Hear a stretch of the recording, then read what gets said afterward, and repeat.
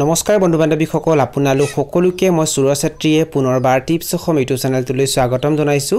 বন্ধু বান্ধৱীসকল এই ভিডিঅটো আপোনালোকৰ বাবে অতি গুৰুত্বপূৰ্ণ হ'বলৈ গৈ আছে কিয়নো এই ভিডিঅটোত মই আপোনালোকক জনাম যে সজিনা গছৰ পাত কুকুৰাবোৰৰ কাৰণে ভাল নে বেয়া সেই বিষয়ে মানে যদি কুকুৰাবোৰক সজিনা গছৰ পাত খাবলৈ দিয়া হয় তেন্তে সজিনা গছৰ পাত খোৱাটো কুকুৰাবোৰৰ কাৰণে ভাল নে বেয়া সজিনা গছৰ পাত যদি কুকুৰাবোৰক খাবলৈ দিয়া হয় তেনেহলে কেনেকৈ খাবলৈ দিব লাগে সবিশেষ মই আপোনালোকক এই ভিডিঅটোত জনাম ভিডিঅটো আপোনালোকে প্ৰথমৰ পৰা শেষলৈ ভালকৈ চাব আৰু যদি আপোনালোকে এই চেনেলটোত প্ৰথমবাৰ আহিছে তেনেহলে চেনেলটো সাবস্ক্ৰাইব কৰি ওচৰতে থকা বেল ঘণ্টিটো প্ৰেছ কৰি দিব সব বন্ধু বান্ধৱীসকল সজিনা গছৰ পাত কুকুৰাবোৰৰ কাৰণে অত্যন্ত উপকাৰী কিয়নো সজিনা গছৰ পাতত প্ৰচুৰ পৰিমাণে ক্যালসিয়াম থাকে লগতে সজিনা গছৰ পাতত প্ৰচুৰ পৰিমাণে ভিটামিন সিও থাকে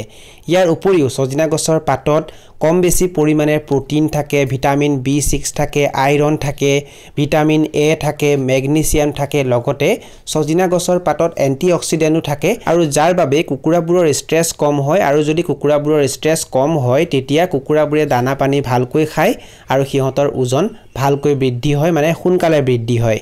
বন্ধু বান্ধৱীসকল যদি আপোনালোকে কুকুৰা পালন কৰে হেয়া লাগিলে লোকেল কুকুৰাই হওক বা সোণালী কুকুৰাই হওক তেন্তে ফাৰ্মৰ আশে-পাশে আপোনালোকে কেইজোপামান সজিনা গছ নিশ্চয় লগাব যদি আপোনালোকে ফাৰ্মৰ আশে-পাশে সজিনা গছ লগাই তেতিয়া সজিনা গছৰ পাত কুকুৰাবোৰক আপোনালোকে মাজে মাজে খাবলৈ দিব পাৰে আৰু ইয়াৰ পৰা কুকুৰাৰ দানাৰ খৰচো কম হ'ব আৰু সজিনা গছৰ পাতৰ পৰা কুকুৰাবোৰে প্ৰচুৰ পৰিমাণে ভিটামিনছ আৰু মিনাৰেলছ লাভ কৰিব আৰু ইয়াৰ লগতে যদি আপোনালোকে মুকলি পদ্ধতিত কুকুৰা পালন কৰে তেতিয়া গৰমৰ দিনত কুকুৰাবোৰে সজিনা গছৰ তলত জিৰণি ল'ব পাৰিব আৰু এনেকৈ আপোনালোকে সজিনা গছ কেইজোপামান লগাই বহুখিনি উপকৃত হ'ব পাৰিব বন্ধু বান্ধৱীসকল সজিনা গছৰ পাত আপোনালোকে কুকুৰাবোৰক খাবলৈ দিব পাৰে আৰু সজিনা যেতিয়া লাগিব সেই সজিনাখিনি আপোনালোকে নিজেও ঘৰত খাব পাৰে নাইবা বিক্ৰীও কৰিব পাৰে সজিনা গছৰ পাত আপোনালোকে কণী উৎপাদনৰ কাৰণে পোহপাল দিয়া কুকুৰাবোৰকো খাবলৈ দিব পাৰে আৰু মাংস উৎপাদনৰ কাৰণে পালন কৰা কুকুৰাবোৰকো খাবলৈ দিব পাৰে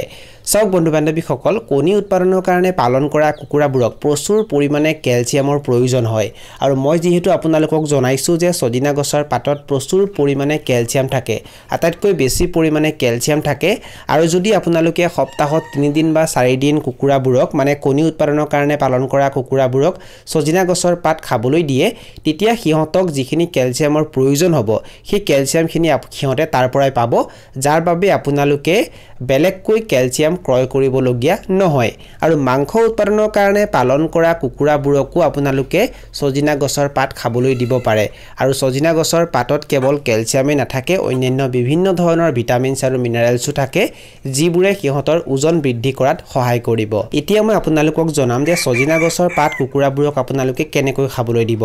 সব বন্ধু বান্ধৱীসকল সজিনা গছৰ ঠানি এডাল ভাঙি আনি যদি আপোনালোকে কুকুৰাবোৰৰ সন্মুখত ৰাখি দিয়ে তেতিয়া সিহঁতে বৰ ভালকৈ খাব সিহঁতৰ যদি অভ্যাস নাই আপোনালোকে যদি আগত কেতিয়াও সিহঁতক সজিনা গছৰ পাত খাবলৈ দিয়া নাই তেন্তে প্ৰথম অৱস্থাত হয়তো সিহঁতে ভালকৈ নাখাব কিন্তু লাহে লাহে যেতিয়া সিহঁতৰ অভ্যাস হৈ যাব তাৰ পাছৰ পৰা সিহঁতে সজিনা গছৰ পাত ভালকৈ খাব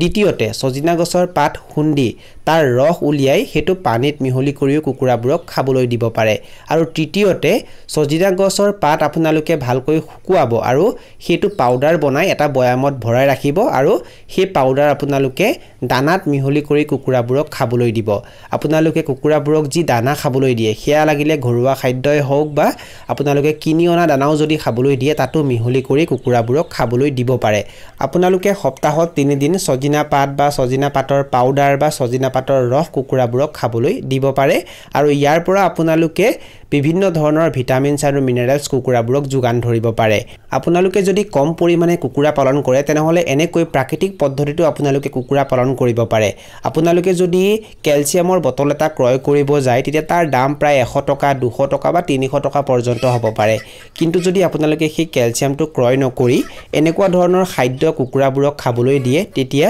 দানাৰ খৰচো কমিব লগতে ইয়াৰ পৰা কুকুৰাবোৰে ক্যালসিয়ামো লাভ কৰিব আৰু অন্যান্য বিভিন্ন ধৰণৰ ভিটামিনছ আৰু মিনাৰেলছো লাভ কৰিব আৰু আপোনালোকৰ পইচাও বাচিব বন্ধু বান্ধৱীসকল কুকুৰা পালনত আপোনালোকে যিমানে পইচা বচাব পাৰিব সিমানে আপোনালোকৰ লাভ হ'ব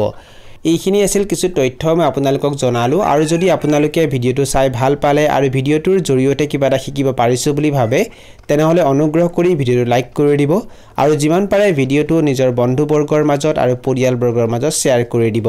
এই ভিডিওটো এইখিনিতে সামৰণি মাৰিছো ধন্যবাদ